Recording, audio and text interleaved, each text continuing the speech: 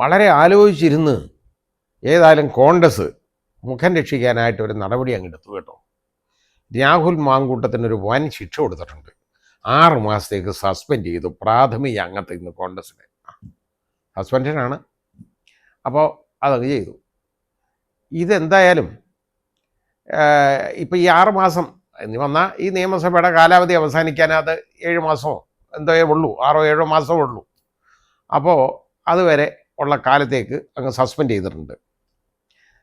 ഇനിയും ഇയാളെ വിളിച്ച് റോഡിലിറക്കി കോൺഗ്രസിന് വേണ്ടി പ്രവർത്തിക്കാനോ അല്ലെങ്കിൽ കോൺഗ്രസിൻ്റെ സ്ഥാനാർത്ഥിയായിട്ട് നിർത്താനോ ഇടയായി കഴിഞ്ഞാൽ ആലോചിക്കാമല്ലോ, ചുട്ട് തിന്നാൻ പോലും ഒന്നും കിട്ടത്തില്ല എന്ന് മനസ്സിലായിക്കോണം. അത് അവർക്ക് അറിയായിരിക്കും എന്നെനിക്ക് തോന്നുന്നു. ഇത്രയും സ്ത്രീകൾ ഇയാളെ വെറുക്കുന്നത് എങ്ങനെയാണ് എനിക്കറിഞ്ഞൂടാ. ഇതുവരെ ആദ്യമായിട്ടാണ് ഇങ്ങനെ കാണുന്ന എൻ ബ്ലോക്ക് പെണ്ണുങ്ങൾ മുഴുവൻ, അതായത് കോൺഗ്രസ്സിലെ ഏതൊക്കെ സ്ത്രീകളുണ്ടോ അവർ എല്ലാവരും ഇയാൾക്കെതിരെ തന്നെ സംസാരിക്കുക. അതിൻ്റെ കാരണം എന്താണെന്ന് ചോദിച്ചാൽ എനിക്ക് പറഞ്ഞൂടാ. അയാൾ തടി ഊരാനൊരു ശ്രമമൊക്കെ നടത്തി പതുക്കെ ഒന്ന് നടത്തി നോക്കി. ഇന്നലെ പത്രസമ്മേളനം വിളിച്ചു, പത്രക്കാരടുത്ത് സംസാരിച്ചപ്പോൾ പറഞ്ഞു ട്രാൻസ്ജെൻഡർ ആയിട്ടുള്ള അവന്തിക പറഞ്ഞേക്കുന്നത് പണ്ട് ഇയാൾ ഒരു കുഴപ്പം കാണിച്ചിട്ടില്ല, വളരെ മര്യാദക്കാരനാണ്, പാവമാണ്, നല്ല നീറ്റാണ് എന്നൊക്കെ അയാളെക്കുറിച്ച് പറഞ്ഞേക്കുന്നത് റെക്കോർഡ് ചെയ്തതാണ് അയാൾ ഒന്ന് കേൾപ്പിച്ചത്.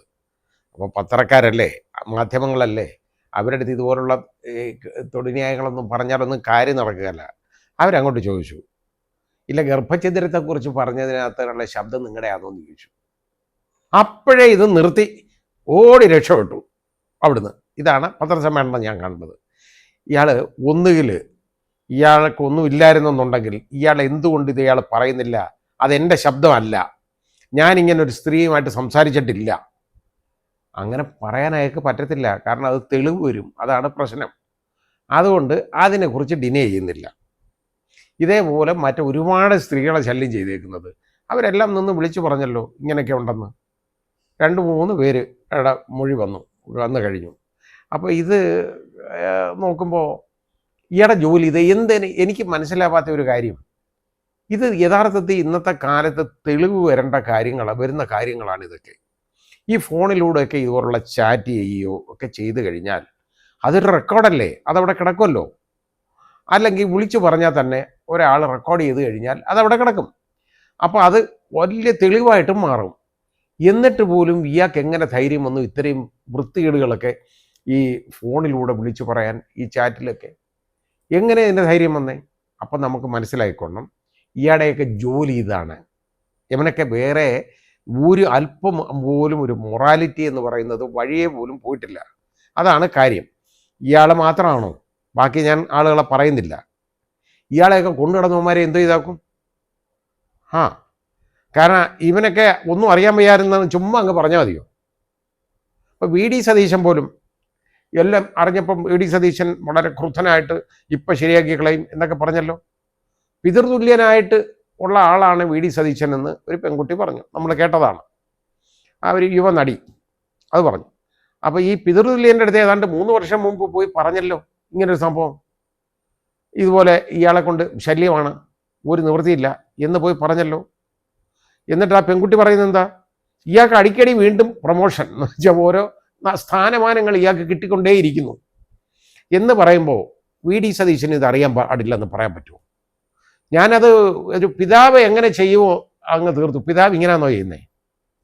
പിതാവാണെങ്കിൽ വിളിച്ച് അവനെ കരണക്കുറ്റി അടിച്ച് പൊളിക്കും പിതാവാണെങ്കിൽ. അതാണ് ഒരു പിതാവ് ചെയ്യുന്നത്. ഒരു മോളവിടെ ഒരുത്തൻ ഒരു മോളെ ബലാത്സംഗം ചെയ്ത് കൊലപ്പെടുത്തിയ കേസിനകത്തുണ്ടല്ലോ, ആ അച്ഛൻ ചെയ്ത പണി നമുക്കൊക്കെ അറിയാമല്ലോ. അയാൾ ഈയിടെ ആ ജയിലിൽ നിന്ന് ഇറങ്ങി മരിച്ചു അയാൾ. പക്ഷേ അയാൾ ചെയ്ത പണിയെന്ന് പറഞ്ഞാൽ അയാൾ നോക്കിയിരുന്ന് യമൻ ജയിലിൽ നിന്ന് ഇറങ്ങി വരുന്ന സമയത്ത് ഇറങ്ങി അവൻ്റെ ശിക്ഷയായി ഇറങ്ങി വന്നു. അന്ന് അവനെ അങ്ങ് തീർത്തിട്ട് ഇയാൾ ജയിലിൽ പോയി. അത് ചെയ്ത നാടാണ് നമ്മൾ കണ്ടതാണ്. അങ്ങനെ ചെയ്യണമെന്ന് ഞാൻ പറയുന്നില്ല, അത് ശരിയാണെന്ന് ഞാൻ പറയുന്നില്ല. പക്ഷേ ഈ പിതൃതുല്യനായ ആൾ ഇതുപോലെ മാത്രം പ്രവർത്തിച്ചാൽ മതിയായിരുന്നു. ഈ പിതൃതുല്യം പിന്നെ എങ്ങനെ അവന് സീറ്റ് കൊടുത്തു അവിടെ? ഇവിടെ ഷാഫി പറമ്പിലും ഈ പിതൃതുല്യനും കൂടെ ചേർന്നാണല്ലോ ഇയാളെ അവിടെ പാലക്കാട്ട് മത്സരിപ്പിച്ചേ. അതെന്താ കാര്യം? അപ്പോൾ അത് നമ്മൾ മനസ്സിലാക്കേണ്ട ഒരു കാര്യമാണ്. അത് തെറ്റാ സതീശൻ ചെയ്തത്. ഇനി അല്ലെങ്കിൽ സതീശൻ അത് പറയണം, ഞാൻ അയാളെ ശാസിച്ചു, മേലാൽ ഇങ്ങനെയുള്ള ഒരു കാര്യവും ഉണ്ടാവത്തില്ല എന്ന് പറഞ്ഞിരുന്നു. പിന്നെ അയാളുടെ ഭാഗത്തുനിന്ന് ഒന്നും വന്നിട്ടില്ല. പക്ഷേ എൻ ബ്ലോക്കായിട്ട് ഈ പെണ്ണുങ്ങൾ പരാതി പറയുന്ന ഒന്നും ഇവരാരും അറിഞ്ഞില്ലെന്ന് പറഞ്ഞാലേ ഈ വിശ്വസിക്കാൻ ഇവിടെ പൊട്ടന്മാരാണ് ഈ ഇവിടെ ഉള്ളതൊക്കെ. കാരണം ഇവിടുന്ന് യൂത്ത് കോൺഗ്രസ്സിലെ എത്രയൊക്കെ പെണ്ണുങ്ങളുണ്ടോ അത് അവർ മുഴുവൻ വന്ന് പറഞ്ഞു. ഒരു എഴുത്തുകാരി അത് വെളി വന്ന് ഇത് പറഞ്ഞു. അതേപോലെ ഈ പറഞ്ഞാലേ യുവ നടി, ഇതേപോലെ എത്ര പേര്. എന്തിന്? നമ്മുടെ കെ സി വേണുഗോപാലിൻ്റെ ഭാര്യ ശ്രീമതി ആശ അവരെ ഫേസ്ബുക്ക് പോസ്റ്റിനകത്ത് ഇട്ട്, അത് പോസ്റ്റ് പിന്നെ വിഡ്രോ ചെയ്തു. സ്ത്രീകൾക്കൊക്കെ ഇയാളെ ഭയമാണെന്ന് പറഞ്ഞു. ഞാൻ പറഞ്ഞില്ല, ഇത് എല്ലാവരും ഇങ്ങനെ പറയാനിടയായി. എങ്ങനെ? ഇനി ശ്രീമതി ഉമാ തോമസ് ശരിയായി പ്രതികരിച്ചു. കാരണം ഇയാളെ ഇതിൽ നിന്ന് ഒഴിവാക്കി നിർത്തണം, ഇയാളെ മാറ്റി നിർത്തണം എന്ന് തന്നെ പറഞ്ഞു അവർ കേട്ടോ. പറഞ്ഞതിന് എന്താ സംഭവിക്കുന്നത്? ഉമാ തോമസിന് വളരെ വലിയ സൈബർ ബുള്ളിങ്ങാണ്, സൈബർ അറ്റാക്കാണ് വരുന്നത്. അപ്പോൾ ഇവൻ്റെ കൂടെ ഈ കൊള്ളരാത്തവന്മാർ ഒരുപാട് പേര് ഈ ഗ്രൂപ്പിലുണ്ടെന്ന് മനസ്സിലായല്ലോ. ഇത് ഈ കോൺഗ്രസ്സിന് നല്ലത് ചെയ്യുമോ അതോ നാശം ചെയ്യുമോ? അത് മാത്രം ചിന്തിച്ചാൽ മതി. ഇപ്പം വലിയ ശിക്ഷ കൊടുത്ത് ഇയാൾക്ക് വർക്ക് ഫ്രം ഹോം കൊടുത്ത് വീട്ടിൽ ഇരുത്താൻ ഉള്ള ഒരുക്കമാണ്. അയാളടുത്ത് യാചിച്ചിട്ടുണ്ട് കേട്ടോ, അഭ്യർത്ഥിച്ചിട്ടുണ്ട്. അതായത് അവധി പോകണമെന്ന്. ഇല്ലെങ്കിൽ ഇയാളെ എന്തു ചെയ്യും? അതാണ് കാര്യം. യവനെടുത്ത് വെളിയിലെറിയുന്നതിന് പകരം 6 മാസം സസ്പെൻഷൻ കൊടുത്ത് ഇതുപോലെ ഇരുത്തേക്കാണ്. 6 മാസം കഴിഞ്ഞ് ഇനി എന്തോ ചെയ്യാനാ? പൂർവാധികം ഭംഗിയായിട്ട് ഇനി തിരിച്ചു വരാനോ? അതാണോ കോൺഗ്രസ്സിന് വേണ്ടത്? എനിക്കറിയില്ല എന്താണെന്ന്. അപ്പോൾ ഈ പാർട്ടി ഒരു വിധത്തിലും നന്നാവാനുള്ള ഒരു ലക്ഷണവും കാണിക്കുന്നില്ല. അവർക്ക് മുഖം രക്ഷിക്കുന്ന ഇതൊന്നും അല്ലായിരുന്നു അവർ ചെയ്യേണ്ടത്. ശരിയായ ശക്തിയായ നടപടി വേണമായിരുന്നു. അയാൾ MLA സ്ഥാനം രാജിവെക്കണമെന്നൊന്നും പറഞ്ഞാൽ അയാൾ രാജിവെക്കത്തൊന്നുമില്ല. അത് അയാളുടെ ഇഷ്ടമാണ്. അപ്പോൾ പാർട്ടിക്കൊന്നും പറഞ്ഞാൽ അയാളെ രാജിവെപ്പിക്കാനൊന്നും പറ്റത്തില്ല. പക്ഷേ പാർട്ടിക്ക് പറയണമായിരുന്നു, നീ രാജിവെച്ചില്ലെങ്കിൽ നിന്നെ എടുത്ത് വെളിയിൽ എറിയാൻ പോവാന്ന് പറയണമായിരുന്നു. തീർന്ന കാര്യം. അത് പറഞ്ഞിരുന്നെങ്കിൽ ഇയാൾ അത് ചിലപ്പോൾ രാജിവെക്കുന്നതിനെ കുറിച്ച് ആലോചിച്ചാനെ. ഇനിയിപ്പോൾ അയാൾക്ക് MLA എന്നുള്ള എല്ലാ ഇതും കിട്ടും, വേറെ ഒരു ജോലിയില്ല. പാലക്കാടിന് വിർച്വലി ഒരു MLA ഇല്ലാതായി. കാരണം ഇയാൾക്ക് പാലക്കാട്ടോട്ട് കയറാൻ പറ്റിയല്ല. ഇനി ഇയാൾ നിയമസഭയിലും ഇയാൾ വരണ്ട. കാരണം നിയമസഭയിൽ വന്നു കഴിഞ്ഞാൽ എടുത്തിട്ട് ആലക്കുമല്ലോ. അത് കാരണം അങ്ങോട്ടും ചെല്ലാൻ പറ്റില്ല. കൂവി വിളിക്കും ഇയാളെ ആളുകൾ. അതാണ് കാര്യം. അപ്പോൾ അതും പോകാൻ പറ്റത്തില്ല. പിന്നെ ഇയാളെ MLA ആയിട്ട് ഇരുത്തിയിട്ട് ആർക്കാ ഉപയോഗമുള്ളത്? അയാൾക്ക് MLAയുടെ ശമ്പളം കിട്ടും, എല്ലാ പാരഫർണയിലെയും കിട്ടും, വേണമെങ്കിൽ ഇതേപോലെ പെണ്ണുങ്ങളെയും കിട്ടും. അതായിരിക്കുമല്ലോ. അല്ലാതെ നമുക്കെന്തോ ഇതിനകത്ത് പറഞ്ഞു കൊടുക്കാൻ വെക്കുന്നത്. ഇങ്ങനെ ഇരിക്കുന്ന ആളുകളെയൊക്കെ സംരക്ഷിക്കുക എന്ന് പറഞ്ഞാൽ അത് ശരിയാണോ എന്ന് ഇവർ 2 വട്ടം ആലോചിക്കണം. ആ സതീശൻ്റെ ബോഡി ലാംഗ്വേജൊക്കെ ഞാൻ കണ്ടപ്പോൾ ഞാൻ വിചാരിച്ചു ഇപ്പം തകർത്ത് കളയെന്ന് വിചാരിച്ചു. അപ്പോൾ മല പോലെ വന്നത് എലി പോലെ പോയി എന്ന് പറഞ്ഞതാണ് ഇപ്പം നമ്മൾ കണ്ടത് കേട്ടോ. ഇത് ഇനി വേറെ കാര്യമുണ്ട്. ഇത് മാർക്സിസ്റ്റ് പാർട്ടിക്കും ഇതിനകത്ത് ഒന്നും ആക്ഷേപിക്കാനൊന്നും പറ്റത്തില്ല. കാരണം അവരും ഇതുപോലെ 1-2 പുങ്കവന്മാരെ സംരക്ഷിച്ചവരല്ലേ.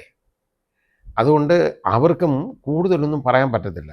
അല്ല, അത് ഇങ്ങനല്ലായിരുന്നു, അവർക്കെതിരെ മറ്റതില്ലായിരുന്നു, മറിച്ച് ഇതൊന്നും പറയുന്നതിൽ യാതൊരു അർത്ഥവുമില്ല. അങ്ങനെയൊക്കെ പറയുന്നതിൽ ചുമ്മാ പറയാമെന്നുള്ളതല്ലാതെ യാതൊരു കാര്യവുമില്ല. ഓരോ ന്യായങ്ങൾ, തുടിന്യായങ്ങൾ വിളിച്ച് പറയാം. അതുകൊണ്ട് വേറെ ആർക്കും മറ്റേത് കണ്ടില്ല, അവിടെ മറ്റേ ആൾ ഇങ്ങനെ ചെയ്തു എന്ന് ഇതൊക്കെ ഓരോരുത്തരെ കുറിച്ച് പറയുന്നതാണോ വേണ്ടത്? ഇവിടെ എന്ത് ചെയ്തു?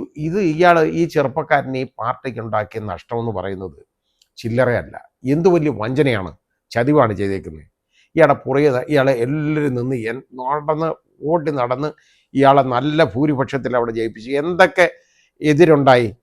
സരിൻ എന്ന് പറയുന്ന അവിടുത്തെ ഒരു അറിയപ്പെടുന്ന ഒരു കോൺഗ്രസ് നേതാവ്, അയാൾക്ക് സീറ്റ് കൊടുക്കാതാണ് ഇയാൾക്ക് വിളിച്ചു കൊടുത്തത്. അത് കാരണം എന്താ? അവൻ ഇതിൽ നിന്ന് മാറി നേരെ അയാളെ CPMകാരെടുത്ത് അവനൊരു മാർക്സിസ്റ്റ് കമ്മ്യൂണിസ്റ്റ് പാർട്ടി മെമ്പറായിട്ടങ്ങ് മാറി. അങ്ങനെ ചെയ്തേക്കുന്നത്. എന്നിട്ട് അയാളെ അവിടെ മത്സരിപ്പിച്ചു. എന്നിട്ടൊക്കെ ഇതെല്ലാം കഴിഞ്ഞു. ഇത്രയും അഡ്വേഴ്സ് സർക്കംസ്റ്റാൻസ് ഉണ്ടായിട്ട് പോലും ഇത്രത്തോളം വലിയ പ്രവർത്തനം നടത്തി എല്ലാവരും അവിടെ പോയി നിന്ന് ഇയാൾക്ക് വേണ്ടി പ്രവർത്തിച്ചു, ഇയാളെ ജയിപ്പിച്ചു. പക്ഷേ ഇത്രയും കൊണ്ടുവരാത്തവനെ ഒരുത്തനെയാ ജയിപ്പിച്ചെന്ന് ആരെങ്കിലും അറിയുന്നുണ്ടോ? ഇത് തിരിച്ചറിയണം എല്ലാവരും. ഇത് മതിയായിരുന്നു എന്നുള്ളതിനെക്കുറിച്ച് ആലോചിക്കണം. ഇത് കോൺഗ്രസിൻ്റെ വിഷയം, എൻ്റെ വിഷയമല്ല. പക്ഷേ ഈ ചെയ്തത് ഞാൻ പറഞ്ഞതുപോലെ മല പോലെ വന്നത് എലി പോലെ പോയി എന്ന് തന്നെ പറയാം.